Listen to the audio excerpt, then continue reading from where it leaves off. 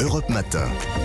6h, 9h. Thierry Dagiral. 6h52 tous les jours dans votre matinale, le conseil lecture en partenariat avec la librairie Mola à Bordeaux. Bonjour Stéphane Place. Bonjour Thierry, bonjour à tous. Alors ce matin Stéphane, vous avez choisi une BD qui revient sur l'existence d'un personnage dont le nom renvoie à ce que l'on appelle la France-Afrique. Personnage sulfureux, c'est Bob Denard. Oui, lui aimait se définir comme le corsaire de la République, se voyait comme un aventurier de son époque, mais son surnom était plutôt le chien de guerre pour son implication dans plusieurs coups d'État menés en Afrique. Bob Denard fut incontestablement le mercenaire français le plus connu et dans cette bande dessinée qui retrace sa vie du Médoc où il est né à la prison de la Santé où il fut incarcéré dans les années 90 en passant par le Congo, le Bénin, le Gabon, les Comores évidemment où Denard a sévi.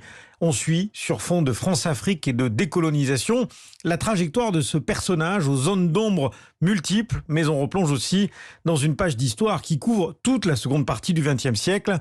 Pierre Coutel, libraire chez Mola. C'est 50 ans de vie politique française, dans un rapport très ambivalent et que raconte très bien cet album, autour à la fois de quelqu'un qui manifestement au début est quand même plus ou moins mandaté par la partie secrète de l'État, mais par l'État quand même, et qui, au fur et à mesure, va se griser de pouvoir et va se dire, mais en fait, puisqu'on a besoin de moi et que je suis indispensable, pourquoi est-ce que je ne serais pas moi-même finalement une sorte de chef d'État? Et c'est vraiment à la fois l'histoire de cette dérive d'un individu, mais qui est aussi celle d'une époque, et aussi en même temps la fin d'une époque, c'est-à-dire celle où vraiment les barbouzeries sont plus vraiment possibles, donc il faut se réinventer autrement. Et l'on doit cet album très réussi au scénariste Olivier Jouvray et à la dessinatrice Lila Cognier. Bon, au départ, ça m'a fait un peu flipper de dessiner des armes et des mercenaires, hein. Et vu que je savais que je pouvais être très libre sur la figuration, ça m'a permis d'expérimenter plein de choses. Donc au Maroc, au Congo, Katanga, Indochine au départ aussi.